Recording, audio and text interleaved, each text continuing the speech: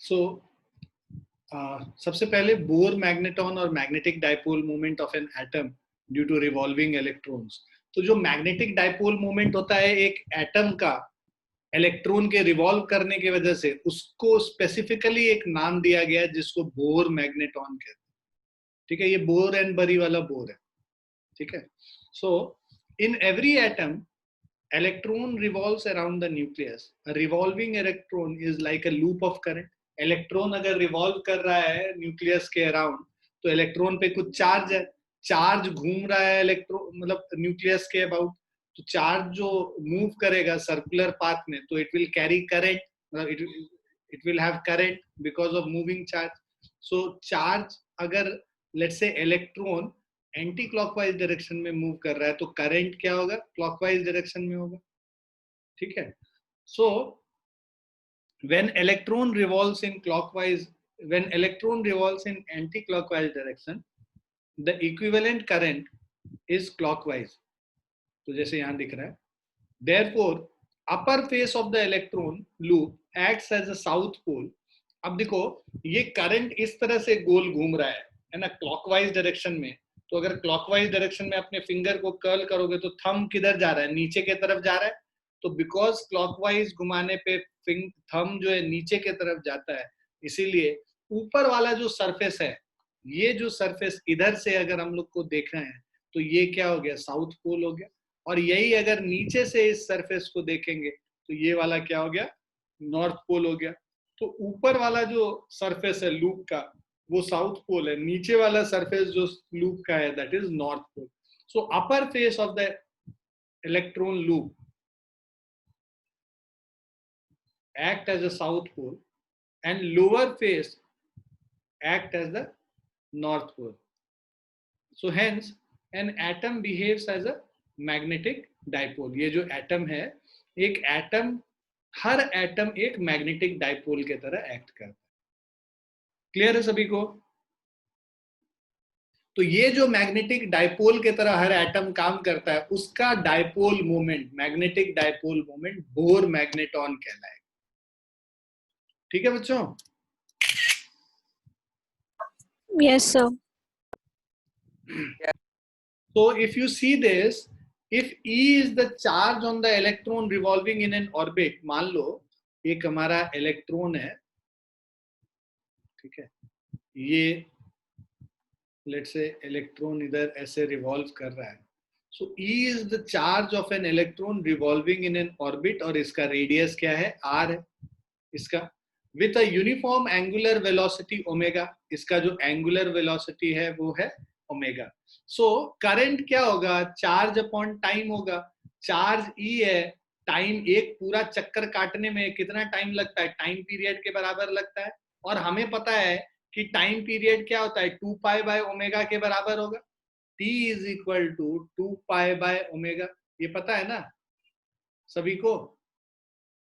भाई angular SHM जब हम लोग करते थे, वहां पे भी time period 2 pi by omega करके निकालते थे। इनफैक्ट एसएचएम में हर केस में टाइम पीरियड कभी भी जो रोटेट, जो इस तरह का रेपिटेटिव पीरियोडिक मोशन होता है, उस पीरियोडिक मोशन में टाइम पीरियड उसका 2 पाई बाय ओमेगा के बराबर ही आता है। वहां ओमेगा क्या होता है, एंगुलर फ्रीक्वेंसी होता है।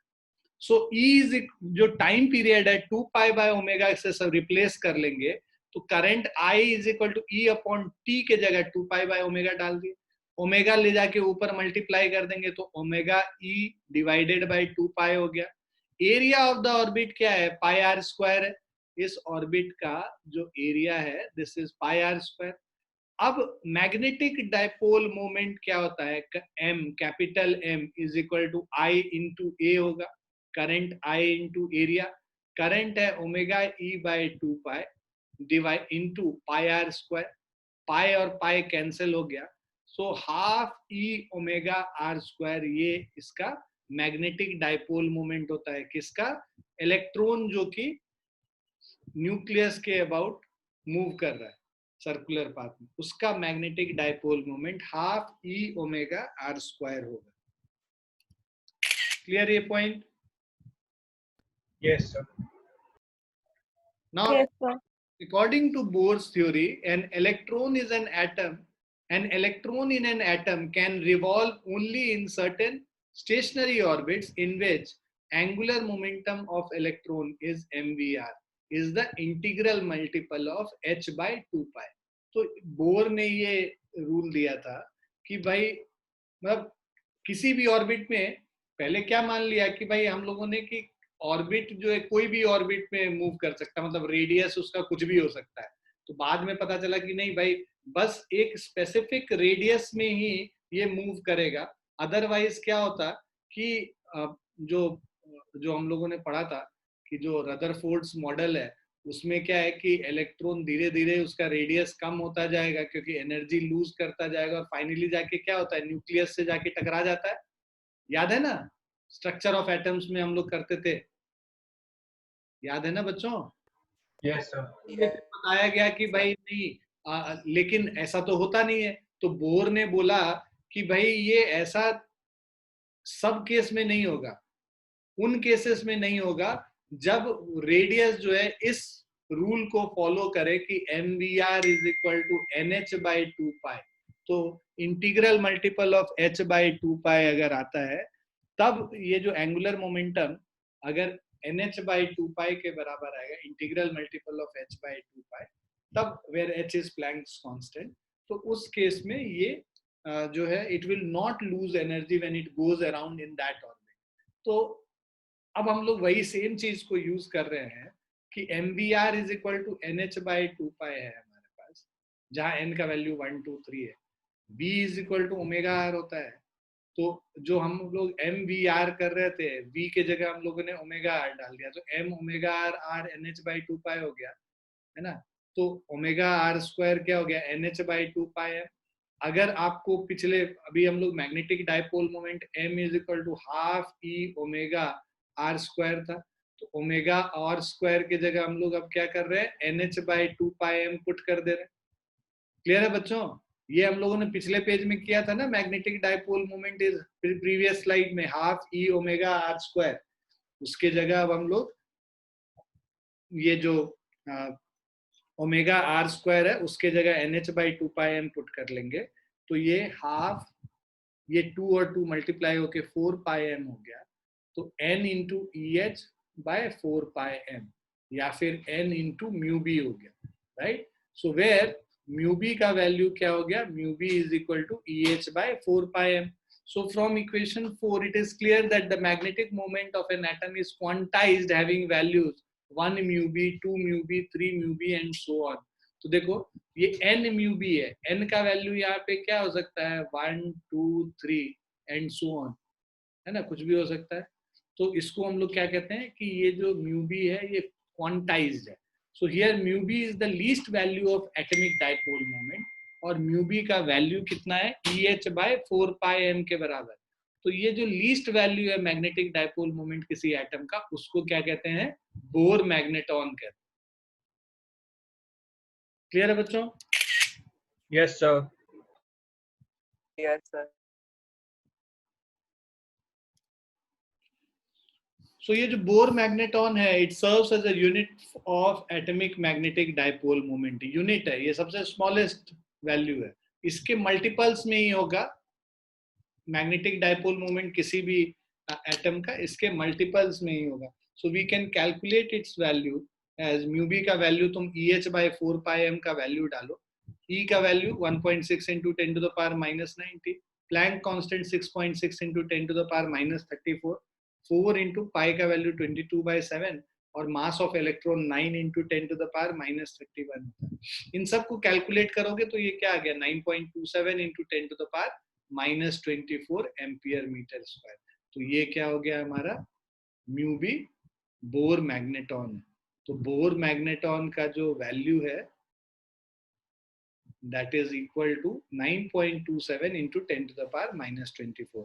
So Bohr magneton is defined as the minimum magnetic dipole moment associated with an atom due to an orbital motion of electron in the first stationary orbit of the atom. है ना, because ये smallest value है तो इसीलिए first stationary orbit of the atom हम लोग कर रहे हैं और एक सिंगल इलेक्ट्रॉन का.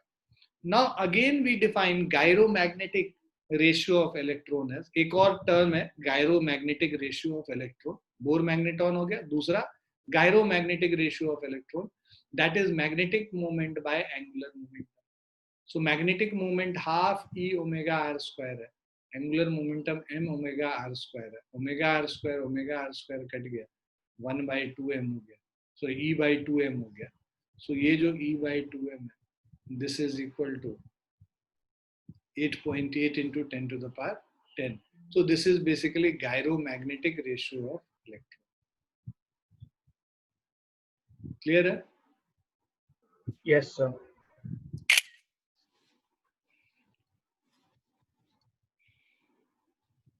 Now some important terms used in magnetism. So magnetic field strength, magnetic field induction, or magnetic flux density, right? So to understand these terms, we make use of Lorentz force equation. So देखो अलग अलग terms हैं जो अब magnetism में हम लोग define करते हैं समझने के लिए। तो जो पहला वाला टर्म है तो मैग्नेटिक फ्लक्स डेंसिटी बी, जो हम लोग जानते हैं, मैग्नेटिक फील्ड इंडक्शन भी कहते हैं उसको, या मैग्नेटिक फील्ड के स्ट्रेंथ से भी उसको जाना जाता है। ये तीन नाम है इसके, magnetic field strength, magnetic field induction और मैग्नेटिक फ्लक्स डेंसिटी। अब इसको हम लोग लॉरेंस फोर्स से क्या डिफाइन करते हैं? When a positive charge Q0 is fired with a velocity v through a point P and the moving charges experiences a sideways force F, we assert that a magnetic field is present at P. The magnetic induction B of this field is a vector satisfying Lorentz force equation. So F is equal to क्या हो जाएगा? Q0 V cross B हो जाएगा. So magnitude of this force F is Q0 VB sin theta. V cross B क्या हो गया? VB sin theta हो गया. So magnetic field strength or magnetic field induction or flux density of magnetic field being equal to the force experienced by a unit positive charge moving with unit velocity in a direction perpendicular to the magnetic field. So magnetic field strength क्या बताता है, या magnetic field induction या magnetic flux density ये क्या बताता है? Being equal to force experienced by a unit positive charge.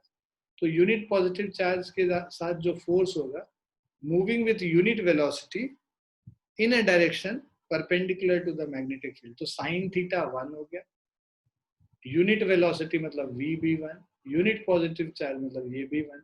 तो B मैग्नेटिक फील्ड स्ट्रेंथ किसके बराबर हो जाएगा? उस फोर्स के बराबर जो कि एक यूनिट चार्ज पे लग रहा है, यूनिट स्पीड पे मूव करने पे, और क्या परपेंडिकुलर मूव करने पे। तो ये बेसिक डेफिनेशन है यहाँ पे।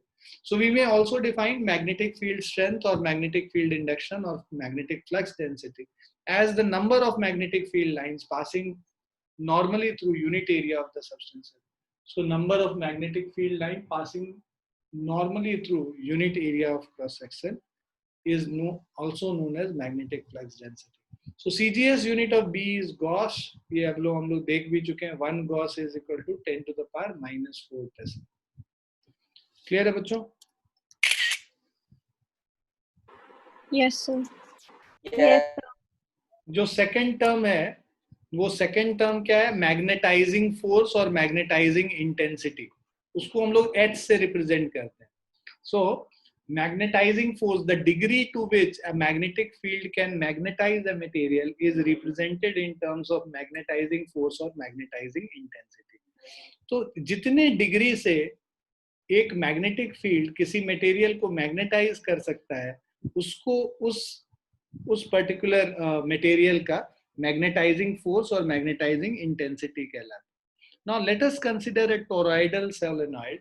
तो एक अगर हम लोग टोरॉइडल सोलेनॉइड देखते हैं with n turns per unit length, carrying a current I wound around a ring of magnetic material, the magnetic induction of the field produced in the material of the toroidal solenoid B is equal to mu into n into I, where n into I is called magnetizing force or magnetizing intensity.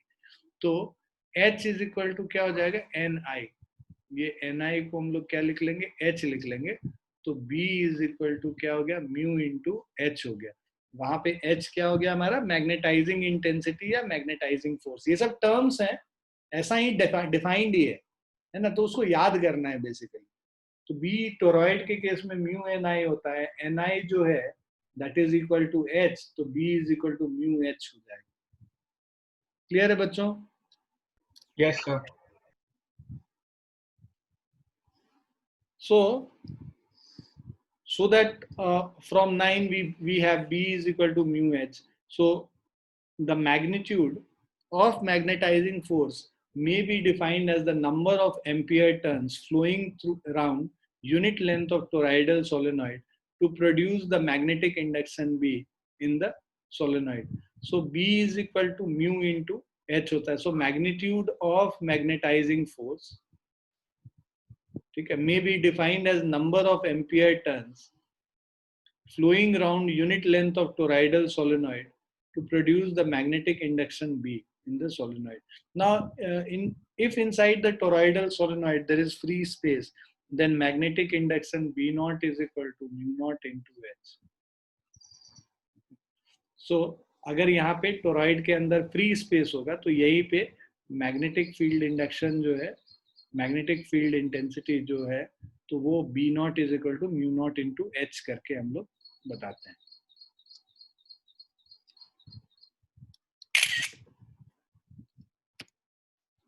अब magnetic permeability,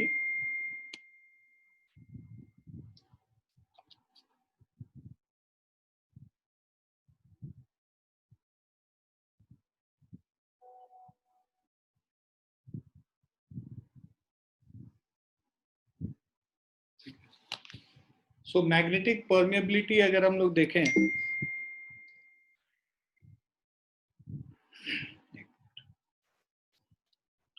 so magnetic permeability, it is the ability of a material to permit the passage of magnetic lines of force through it, that is the degree or extent to which magnetic field can penetrate or permeate a material.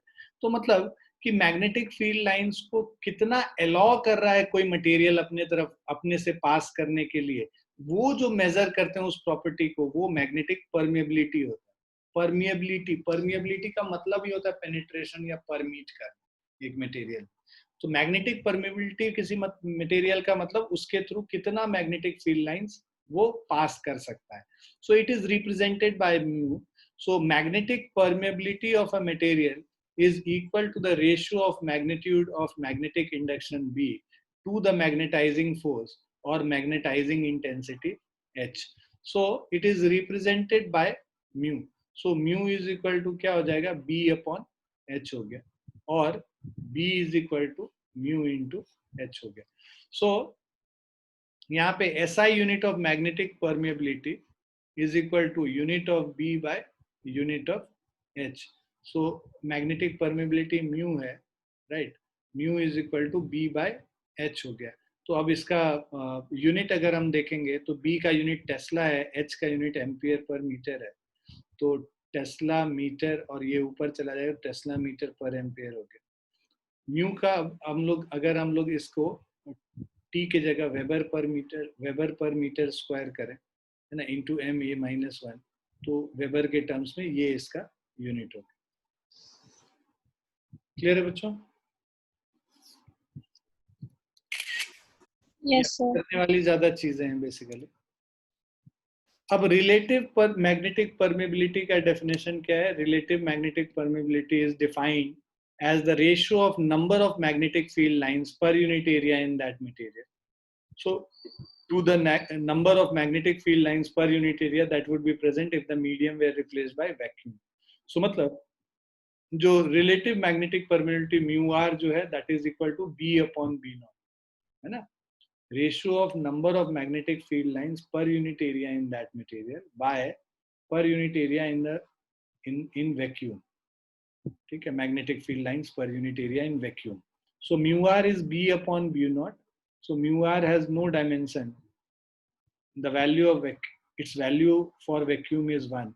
Now relative magnetic permeability का दूसरा एक और definition है, can also be defined as ratio of magnetic permeability of the material mu and the magnetic permeability of free space mu naught. So mu r is equal to mu by mu naught, or mu is also equal to mu r into mu. So we know that mu naught is 4 pi into 10 to the power -7. ठीक है, so उसका value हम लोग put करके values निकाल सकते हैं.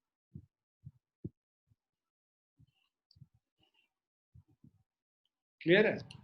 Yes, sir.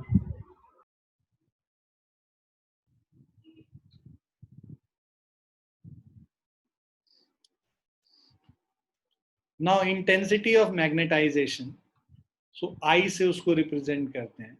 So it is represented, it represents the extent to which a specimen is magnetized when placed in a magnetic field. So quantitatively, the intensity of magnetization of magnetic material is defined as magnetic moment per unit volume of the material placed in the magnetizing field. So intensity of magnetization को magnetic moment per unit volume capital M by V होता है. So यहाँ पे capital M को M into 2L से define कर सकते हैं और वॉल्यूम एरिया इंटू 2L हो गया. 2L कैंसिल हो गया तो pole strength per unit area is basically intensity of magnetisation. Clear है? Yes, sir.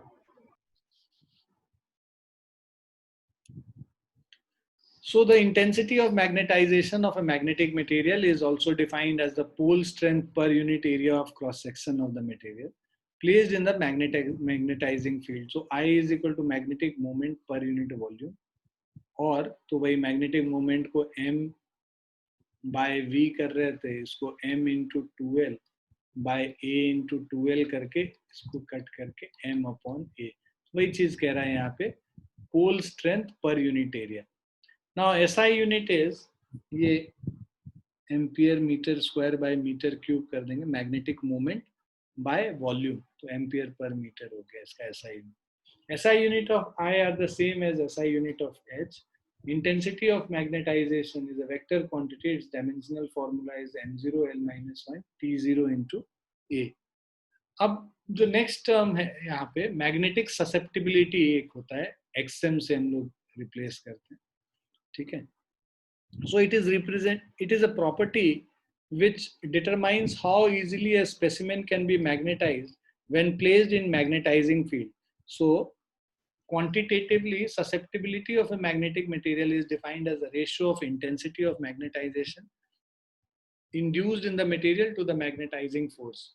So intensity of magnetization by magnetizing force I upon H. So magnetic susceptibility XM is equal to I upon H. Now magnetic susceptibility is represented by XM, which is I by H.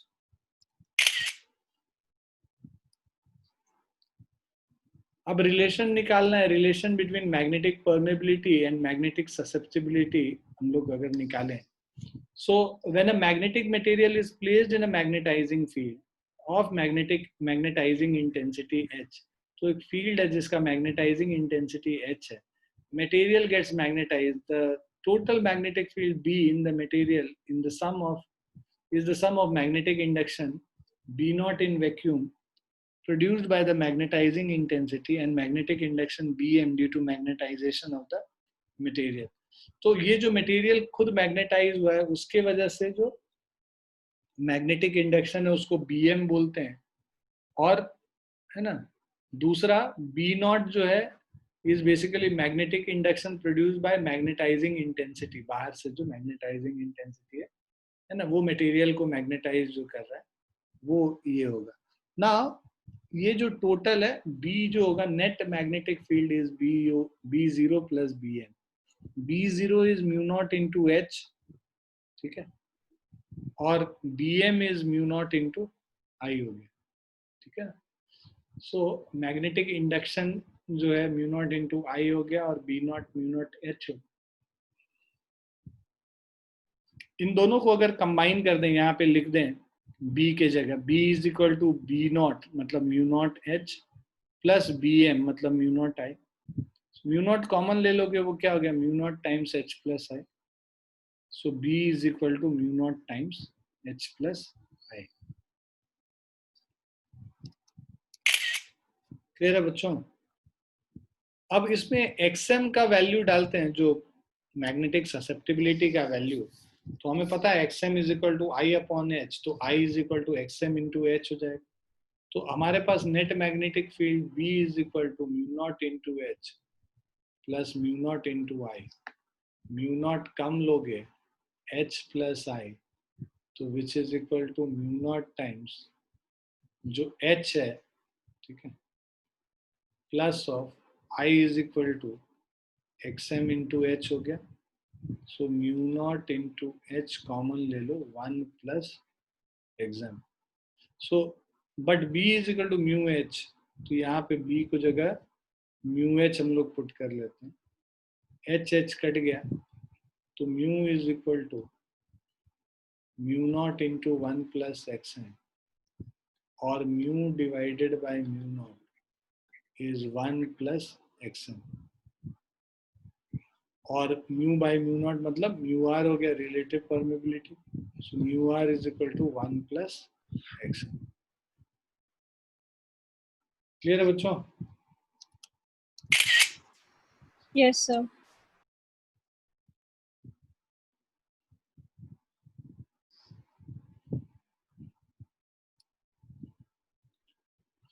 अब हम लोग classification of magnetic material करेंगे. तो 3 तरीके का magnetic material होता है. So there is a large variety of elements and compounds on Earth. Some new elements, alloys and compounds have been synthesized in the laboratory. So Faraday classified these substances on the basis of their magnetic properties into following 3 categories. तो ये जो magnetic material है इनको 3 category में हम लोग बांट सकते हैं. डायमैग्नेटिक सब्सटेंस, पैरामैग्नेटिक सब्सटेंस और तीसरा ferromagnetic substance. So their main characteristics are discussed below. So we'll discuss the characteristics one on one.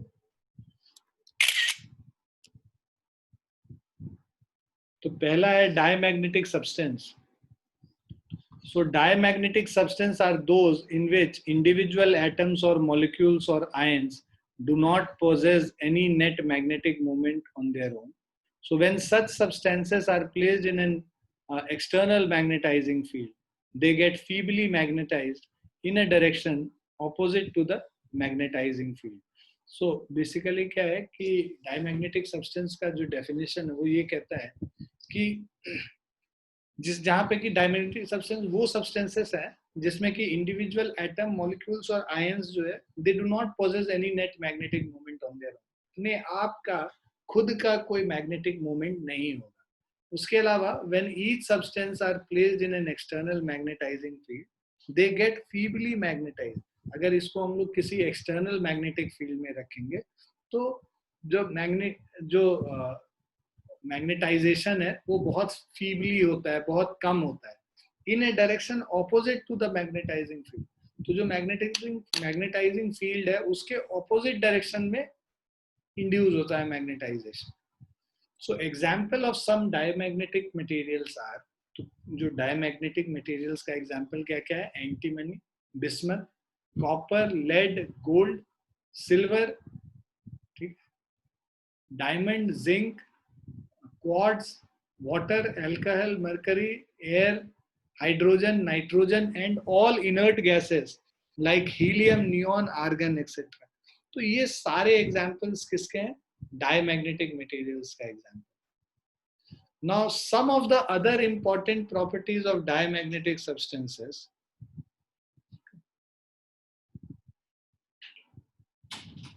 So, some of the other important properties of diamagnetic substances. तो पहला property क्या कहता है? When suspended in a uniform magnetic field they set their longest axis at right angles to the direction of the field. तो यहाँ पे direction of the field देखो, ये डायरेक्शन ऑफ द फील्ड इधर. तो ये क्या करेगा? अपना जो लेंथ है वो इसके परपेंडिकुलर जो है अलाइन कर लेगा, मतलब इस फील्ड के बिल्कुल परपेंडिकुलर. ठीक है. So वही चीज कह रहा है, when suspended in a uniform magnetic field they set their longest axis at right angles to the direction of field. So direction of the field is this, so it has to be longest axis has to be at right angles to the direction of field. So this is what it means to say. ठीक है. तो ये पहला important property हो गया diamagnetic substance. Diamagnetic substance कहाँ है, क्या है? So such substances placed in an external magnetizing field get feebly magnetized in a direction opposite to the magnetizing field.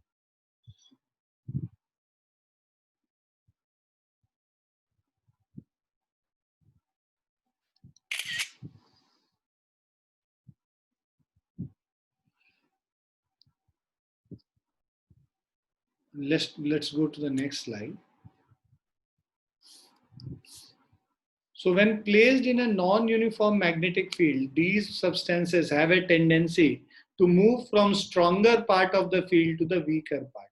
तो कभी भी जब ये डायमैग्नेटिक सब्सटेंस को आप प्लेस करते हो, है ना, किसी इस तरह के ग्लास पे, तो वहां पे आप नोटिस करोगे कि जो डायमैग्नेटिक सब्सटेंस है that will move from stronger parts of the field to the weaker parts, right? तो stronger part of the field to weaker part का मतलब, for example, consider a diamagnetic liquid put in watch glass placed on two pole pieces of an electromagnet held close to each other, that is 2 mm or so. तो अगर ये magnets पास हैं एक दूसरे के, ठीक है, so then when the current is switched on, the liquid level acquires the shape shown in figure. The liquid accumulates on the sides where field is weaker. The depression in the middle is due to stronger field at the center. तो यहाँ पे ना centre पे, इस point पे ना maximum field होगा, maximum magnetic field. तो स्ट्रॉन्गेस्ट एट द सेंटर, और बाकी यहाँ पे वीकर जोन है मैग्नेटिक फील्ड. तो जिसके वजह से यहाँ पे मैक्सिमम होता है, जहाँ पे वीकेस्ट मैग्नेटिक फील्ड है वहाँ पे जो है एक्यूमुलेट कर जाता है, जहाँ पे स्ट्रॉन्ग मैग्नेटिक फील्ड होगा उससे दूर भागेगा, ठीक है. So when the current is switched on, the liquid level acquires the shape shown in the figure. The liquid accumulates on the sides where field is weaker, and the depression in the middle is due to the stronger field at the center. So if the distance between the pole is increased, ये तो तब है जब पोल के बीच में distance कम है, ये जो ऑप्शन है. सेकेंड ऑप्शन क्या है, basically different distance between the poles is more. तो ये जो पोल है और ये पोल, इनके बीच का जो डिस्टेंस है ये बढ़ गया. सो अब यहाँ पे क्या है, ये जो पोल्स के पास वाला जो एरिया है ना, यहाँ पे स्ट्रॉन्गेस्ट फील्ड होगा, और जो ये मिडिल वाला एरिया है वहां पे वीकेस्ट फील्ड होगा. उसके वजह से क्या है कि ये जो मैग्नेटिक सब्सटेंस है, राइट, तो ये जो सब्सटेंस है इसमें हाईएस्ट फील्ड जो है यहाँ पे होगा, और ठीक है, और जो लोएस्ट फील्ड स्ट्रेंथ है वो यहाँ पे होगा. तो हमने देखा हाई फील्ड स्ट्रेंथ से लो फील्ड स्ट्रेंथ की तरफ पास करता है, मूव करता है. So if the distance between the pole is increased, the effect is reversed, as in this case the field is weaker at the center. This is shown in the figure. Clear है बच्चों? Yes, sir. Yes, sir.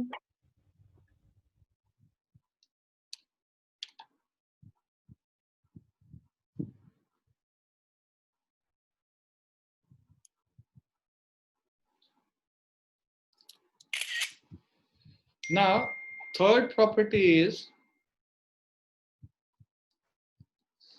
the level of a diamagnetic liquid in U-tube is depressed in the limb which is between the poles of a strong magnet as shown in the figure.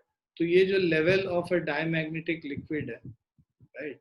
तो यहाँ पे जो इसके अंदर जो liquid भरा है, this is what substance? Diamagnetic substance. Okay. So level of the diamagnetic liquid in U-tube is depressed in the limb which is between the poles of a strong magnet. तो यहाँ पे दोनों तरफ, ठीक है, यहाँ पे दोनों तरफ अगर तुम मैग्नेट लगा दो, नॉर्थ से साउथ मैग्नेटिक फील्ड है, तो बिकॉज ये magnetic field, strong magnetic field यहाँ पे है, तो इसमें जो मैग्नेटिक लिक्विड है, डायमैग्नेटिक लिक्विड, वो क्या होगा, नीचे की तरफ भागेगा. ये नीचे जाएगा तो ये किधर जाएगा, ऊपर की तरफ जाएगा, ठीक है. सो the level of a diamagnetic liquid in U-tube is depressed in the limb which is between the, so depressed in the limb which is between the poles of a strong magnet as shown in the figure. It confirms movement of diamagnetics from stronger part of the field to weaker part.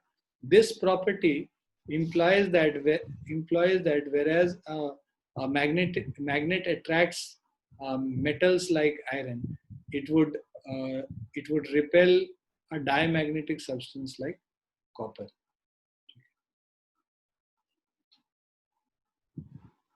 So this property implies that जैसे magnet attracts metal like iron, but वो repel किसको करता है? Diamagnetic substance को. इसीलिए तो diamagnetic substance move करेगा जहाँ high pole high magnetic field है, वहाँ से lower magnetic field के strength वाले area में ये diamagnetic substance move करता है. Clear है बच्चों? Yes, sir. Yes, sir. So when a specimen of a diamagnetic material is placed in a magnetizing field, the magnetic field lines prefer not to pass through the specimen. अगर कोई specimen है ना diamagnetic substance का, उसको हमने magnetic field में डाल दिया, तो magnetic field lines उससे होके pass नहीं करेंगे, ठीक है? So magnetic field lines prefer not to pass through the specimen. तो डायमैग्नेटिक सब्सटेंस के थ्रू मैग्नेटिक फील्ड लाइंस नहीं पास करना चाहते हैं. It implies that magnetic field lines are repelled or expelled with the field inside the material is reduced. Now, this reduction is slight, being 1 part in 10 to the power 5. ठीक है? तो ये basically ध्यान ये देना है कि मैग्नेटिक फील्ड लाइंस जो है ये डायमैग्नेटिक सब्सटेंस के थ्रू पास नहीं होता. क्लियर है? Yes, sir. Yes, sir.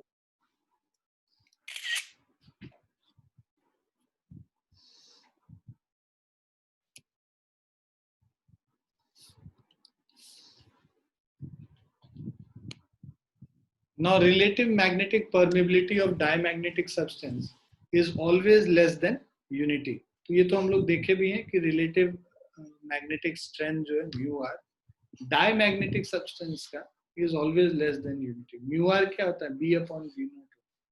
Since B is less than B naught,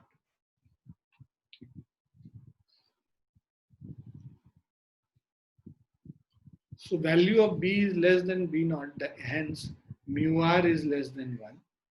From the relation mu r is equal to 1 plus xm, as mu r is less than 1, xm क्या होगा? Negative होगा.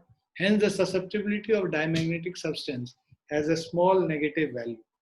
So because mu r का value is less than 1, that is 1 plus xm हम define करते हैं mu r को, तो यहाँ पे 1 plus xm, because mu r less than 1 है तो 1 plus xm less than 1 होगा, या फिर xm क्या हो जाएगा? नेगेटिव हो जाएगा. Hence susceptibility of diamagnetic substance has a small negative value. Now susceptibility of diamagnetic does not change with temperature. Bismuth at low temperature is an exception to this general property. Now intensity of magnetization.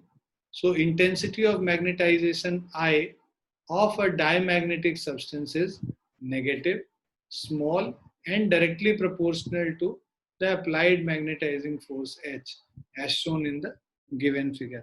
तो ये जो intensity of magnetization है diamagnetic substance का, ये भी negative होगा, small and directly proportional to applied magnetic force. तो ये देखो I का जो value है, this is negative and directly proportional to what? H. So IH graph इस तरीके का दिखता है. Clear है? Yes, sir.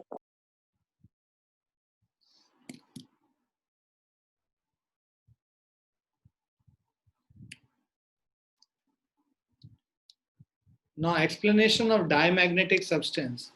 So we know that each electron ion, ठीक है?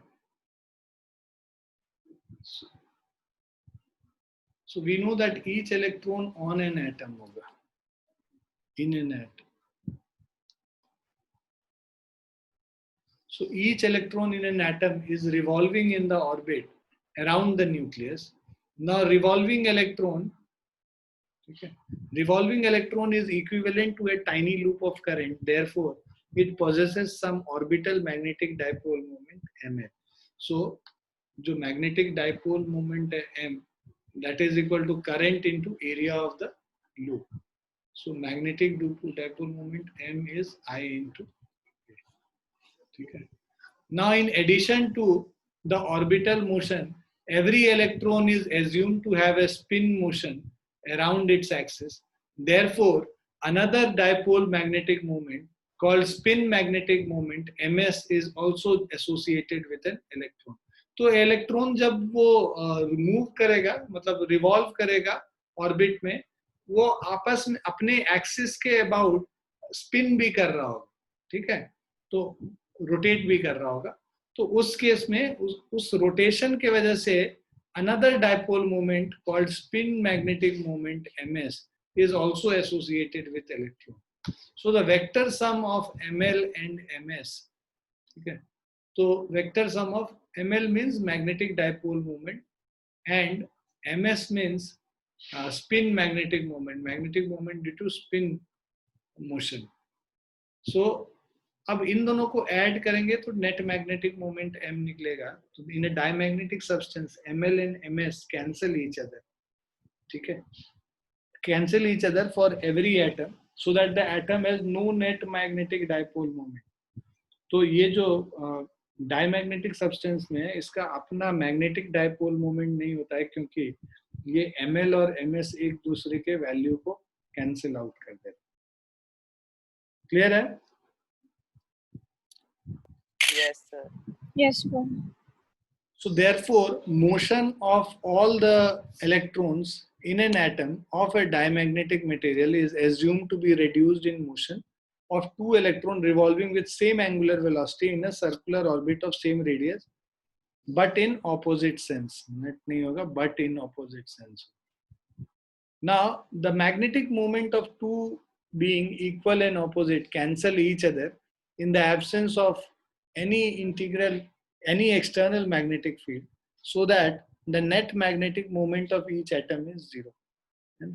तो ये जो दोनों ऑपोजिट सेंस में एक दूसरे के इफेक्ट को कैंसिल कर देता है ना, और नेट मैग्नेटिक मोमेंट क्या हो जाएगा? 0 हो जाएगा. So for a uniform external magnetic field of induction B applied, so let a uniform magnetic induction field of induction B is applied perpendicular to the plane of rotation of electron and directed away from the reader. Each electron experiences a magnetic Lorentz force F that is equal to, जो QVB के बराबर भी होता है, उसको हम लोग Q की जगह चार्ज ऑन इलेक्ट्रॉन E ले रहे हैं, V वेलोसिटी हो गया और B इसका मैग्नेटिक फील्ड हो गया. So Lorentz force F is equal to B into E into V हो गया.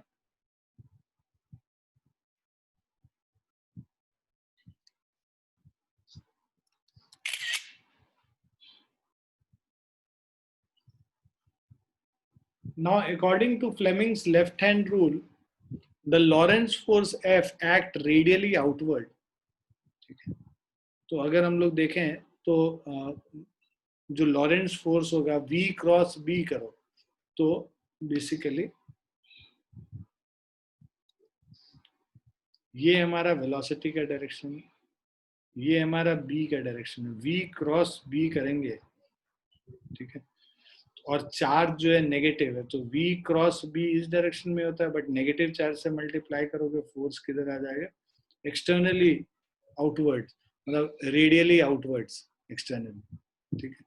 सो on the electron revolving clockwise, अब अगर क्लॉकवाइज रोटेशन हो रहा है, ठीक है, उसमें वेलोसिटी इधर है, ठीक है, और जो मैग्नेटिक फील्ड है नीचे है, ठीक है, तो V क्रॉस B ये बेसिकली इस तरफ होना चाहिए, बट इलेक्ट्रॉन पे नेगेटिव चार्ज है तो फोर्स क्या हो जा रहा है? अंदर के तरफ लग रहा है, radially inward. So on the electron revolving clockwise the Lorentz force act radially inward. तो देखो, अगर यहाँ पे रेडियली आउटवर्ड कब है? जब electron is revolving anti clockwise, और radially inward when electron is revolving clockwise. So electron जब revolve कर रहा है clockwise तो radially inward हो गया, tending to increase the centripetal force and hence the velocity of electron. Therefore, the magnetic moment of electron increases to m plus delta m. उसी तरह Fleming's left hand rule, the Lorentz force F act radially outward on the electron, revolving anti-clockwise. Now, ये दोनों diagram और theory is important. So vector addition of these two magnetic moment, इन दोनों magnetic moment को vectorly add करेंगे तो हमें 2 delta m मिलेगा, है ना, क्योंकि plus m minus m cut गया. अब यहाँ पे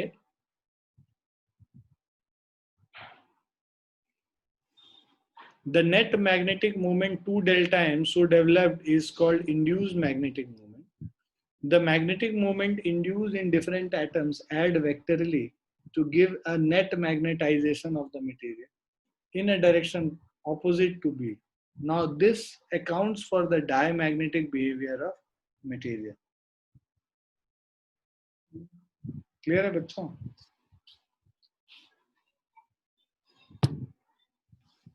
तुम लोग का जो है, तुम लोग का जो टेस्ट है ना, बिकॉज तुम लोग का सिलेबस थोड़ा जल्दी खींचना है, तो टेस्ट जो है वो संडे को होगा. वहां पे हम लोग सारा मैग्नेटिज्म में जितना पोर्शन है जो पहले पूछा हुआ उसको छोड़ के बाकी जो पोर्शन है वो सारा पोर्शन हम लोग पूछेंगे संडे को. ठीक है? सो संडे सेकेंड हाफ में होगा, क्योंकि फर्स्ट हाफ में तुम लोगों की क्लास होती है जो आईआईटी की तैयारी कर रहे हैं. सेकेंड हाफ में तुम्हारा टेस्ट होगा. ओके? क्लास के टाइम पे नहीं होगा थर्सडे को, बिकॉज हम लोग थोड़ा पीछे चल रहे हैं, हम लोग को कवर अप करना है. तो ये जो टेस्ट होगा ये संडे को तुम्हारा टेस्ट होगा. क्लियर है? Yes, sir. Yes, sir. Syllabus will be whole of magnetism except electromagnetic induction, and the portion which we have already asked that will also not come. I'll send you the details of the test, जो चीज chapter है, जो portion आ रहा है, जिससे तुम लोग उसको प्रिपेयर कर सको. ठीक है बच्चों? Yes, sir.